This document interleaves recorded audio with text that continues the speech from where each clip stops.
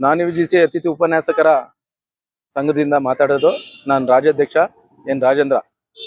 ಬಹಳ ಮುಖ್ಯವಾಗಿ ನಾನು ಯುಜಿಸಿ ಅತಿಥಿ ಉಪನ್ಯಾಸಕರು ಕಳೆದ ವರ್ಷದಿಂದನೂ ಕೂಡ ನೇಮಕ ಆಗದೇನೆ ಇವತ್ತು ಮನೇಲಿ ಕೂತಿರ್ತಕ್ಕಂಥ ಬೀದಿಲಿರ್ತಕ್ಕಂಥ ಪರಿಸ್ಥಿತಿ ನಿರ್ಮಾಣ ಆಗಿದೆ.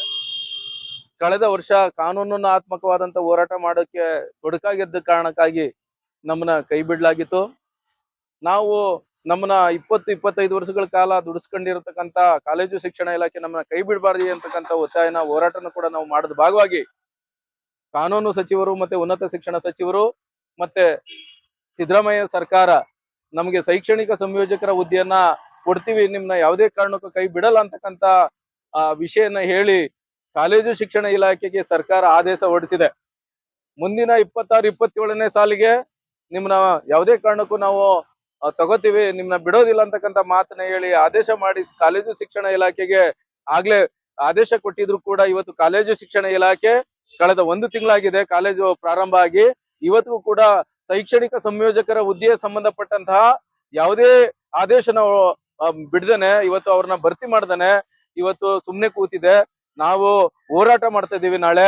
ಯಾಕೆ ಅಂತಂದ್ರೆ ಈಗಾಗ್ಲೇ ಕ್ರಿಯೇಟ್ ಆಗಿರ್ತಕ್ಕಂಥ ಹುದ್ದೆಗಳನ್ನ ಏನು ಶೈಕ್ಷಣಿಕ ಸಂಯೋಜಕರ ಹುದ್ದೆಗಳನ್ನ 3,500 ಜನರು ಇರ್ತಕ್ಕಂಥ ಹುದ್ದೆಗಳನ್ನ ನೀವು ಭರ್ತಿ ಮಾಡ್ಬೇಕು, ಸರ್ಕಾರ ಹೇಳ್ದಂಗೆ ಕಾಲೇಜು ಶಿಕ್ಷಣ ಹೇಳ್ದಂಗೆ ನಡಿಬೇಕು ಅಂತಕ್ಕಂಥ ಮಾತನ್ನ ಹೇಳಲಿಕ್ಕಾಗಿ ನಾಳೆ ಫ್ರೀಡಂ ಪಾರ್ಕ್ 13ನೇ ತಾರೀಕು ಅಂದ್ರೆ ನಾಳೆ ನಾವು ಫ್ರೀಡಂ ಪಾರ್ಕ್ ಅಲ್ಲಿ ಹೋರಾಟ ಇಟ್ಕೊಂಡಿದೀವಿ. ಎಲ್ಲ ನಾನ್ ಯುಜಿಸಿ ಅತಿಥಿ ಉಪನ್ಯಾಸಕರು ಶೈಕ್ಷಣಿಕ ಸಂಯೋಜಕ ಉದ್ಯೋಗಿ ಎಲಿಜಿಬಲ್ ಇರ್ತಕ್ಕಂಥ ಎಲ್ಲ ಉಪನ್ಯಾಸಕರು ಕಡ್ಡಾಯವಾಗಿ ಬರ್ಬೇಕು.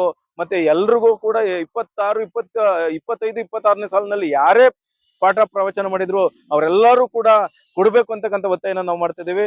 ಈ ಹೋರಾಟಕ್ಕೆ ಪ್ರಿನ್ಸಿಪಲ್ ಸೆಕ್ರೆಟರಿಗೂ ಕೂಡ ಮನವಿ ಮಾಡ್ಲೇಬೇಕು. ಹಾಗೇನೆ ಉನ್ನತ ಶಿಕ್ಷಣ ಕಾಲೇಜು ಶಿಕ್ಷಣ ಇಲಾಖೆಯ ಕಮಿಷನರು ಹಾಗೆ ಉನ್ನತ ಶಿಕ್ಷಣ ಸಚಿವರಿಗೂ ಕೂಡ ನಾವು ಮನವಿ ಕೊಡಬೇಕಾಗಿದೆ. ದಯಮಾಡಿ ಎಲ್ಲ ನಾನ್ ಯುಜಿಸಿ ಅತಿಥಿ ಉಪನ್ಯಾಸಕರು ಬರ್ಬೇಕು. ಈ ಹೋರಾಟದಕ್ಕೆ ಯಶಸ್ವಿಯಾಗಿ ಈಗಾಗಲೇ ಜೊತೆಲಿ ಇರ್ತಕ್ಕಂಥ ಹೊರಗುತ್ತಿಗೆ ನೌಕರು ಕೂಡ ಅದೇ ಟಿಂಟಲ್ಲಿ ಹೋರಾಟ ಮಾಡ್ತಿದ್ದಾರೆ, ಅದೇ ಜಾಗದಲ್ಲಿ ನಾವು ಕೂಡ ಹೋರಾಟ ಮಾಡ್ತೀವಿ. ದಯಮಾಡಿ ಎಲ್ಲರೂ ಕೂಡ ಬರ್ಬೇಕು ಅಂತಕ್ಕಂಥ ಮನವಿಯನ್ನ ಮಾಡ್ತೀನಿ. ಎಲ್ರಿಗೂ ನಮಸ್ಕಾರ. ನಾನ್ ಯುಜಿಸಿ ಅತಿಥಿ ಉಪನ್ಯಾಸಕರ ಸಂಘದಿಂದ ಮಾತಾಡೋದು. ನಾನು ರಾಜ್ಯಾಧ್ಯಕ್ಷ ಎನ್ ರಾಜೇಂದ್ರ. ಬಹಳ ಮುಖ್ಯವಾಗಿ ನಾನ್ ಯುಜಿಸಿ ಅತಿಥಿ ಉಪನ್ಯಾಸಕರು ಕಳೆದ ವರ್ಷದಿಂದನೂ ಕೂಡ ನೇಮಕ ಆಗದೇನೆ ಇವತ್ತು ಮನೇಲಿ ಕೂತಿರ್ತಕ್ಕಂಥ ಬೀದಿಲಿರ್ತಕ್ಕಂಥ ಪರಿಸ್ಥಿತಿ ನಿರ್ಮಾಣ ಆಗಿದೆ. ಕಳೆದ ವರ್ಷ ಕಾನೂನಾತ್ಮಕವಾದಂಥ ಹೋರಾಟ ಮಾಡೋಕ್ಕೆ ತೊಡಕಾಗಿದ್ದ ಕಾರಣಕ್ಕಾಗಿ ನಮ್ಮನ್ನ ಕೈ ಬಿಡಲಾಗಿತ್ತು. ನಾವು ನಮ್ಮನ್ನ 20-25 ವರ್ಷಗಳ ಕಾಲ ದುಡಿಸ್ಕೊಂಡಿರತಕ್ಕಂಥ ಕಾಲೇಜು ಶಿಕ್ಷಣ ಇಲಾಖೆ ನಮ್ಮನ್ನ ಕೈ ಬಿಡಬಾರ್ದು ಅಂತಕ್ಕಂಥ ಒತ್ತಾಯನ ಹೋರಾಟನ ಕೂಡ ನಾವು ಮಾಡಿದ ಭಾಗವಾಗಿ ಕಾನೂನು ಸಚಿವರು ಮತ್ತೆ ಉನ್ನತ ಶಿಕ್ಷಣ ಸಚಿವರು ಮತ್ತೆ ಸಿದ್ದರಾಮಯ್ಯ ಸರ್ಕಾರ ನಮಗೆ ಶೈಕ್ಷಣಿಕ ಸಂಯೋಜಕರ ಹುದ್ದೆಯನ್ನ ಕೊಡ್ತೀವಿ, ನಿಮ್ನ ಯಾವುದೇ ಕಾರಣಕ್ಕೂ ಕೈ ಬಿಡಲ್ಲ ಅಂತಕ್ಕಂಥ ವಿಷಯನ ಹೇಳಿ ಕಾಲೇಜು ಶಿಕ್ಷಣ ಇಲಾಖೆಗೆ ಸರ್ಕಾರ ಆದೇಶ ಹೊರಡಿಸಿದೆ. ಮುಂದಿನ 26-27ನೇ ಸಾಲಿಗೆ ನಿಮ್ನ ಯಾವುದೇ ಕಾರಣಕ್ಕೂ ನಾವು ತಗೋತೀವಿ, ನಿಮ್ನ ಬಿಡೋದಿಲ್ಲ ಅಂತಕ್ಕಂಥ ಮಾತನ್ನ ಹೇಳಿ ಆದೇಶ ಮಾಡಿ ಕಾಲೇಜು ಶಿಕ್ಷಣ ಇಲಾಖೆಗೆ ಆಗ್ಲೇ ಆದೇಶ ಕೊಟ್ಟಿದ್ರು ಕೂಡ ಇವತ್ತು ಕಾಲೇಜು ಶಿಕ್ಷಣ ಇಲಾಖೆ ಕಳೆದ 1 ತಿಂಗಳಾಗಿದೆ ಕಾಲೇಜು ಪ್ರಾರಂಭ ಆಗಿ, ಇವತ್ತಿಗೂ ಕೂಡ ಶೈಕ್ಷಣಿಕ ಸಂಯೋಜಕರ ಹುದ್ದೆಗೆ ಸಂಬಂಧಪಟ್ಟಂತಹ ಯಾವುದೇ ಆದೇಶನ ಬಿಡ್ದೇನೆ ಇವತ್ತು ಅವ್ರನ್ನ ಭರ್ತಿ ಮಾಡ್ದೇನೆ ಇವತ್ತು ಸುಮ್ನೆ ಕೂತಿದೆ. ನಾವು ಹೋರಾಟ ಮಾಡ್ತಾ ಇದೀವಿ ನಾಳೆ.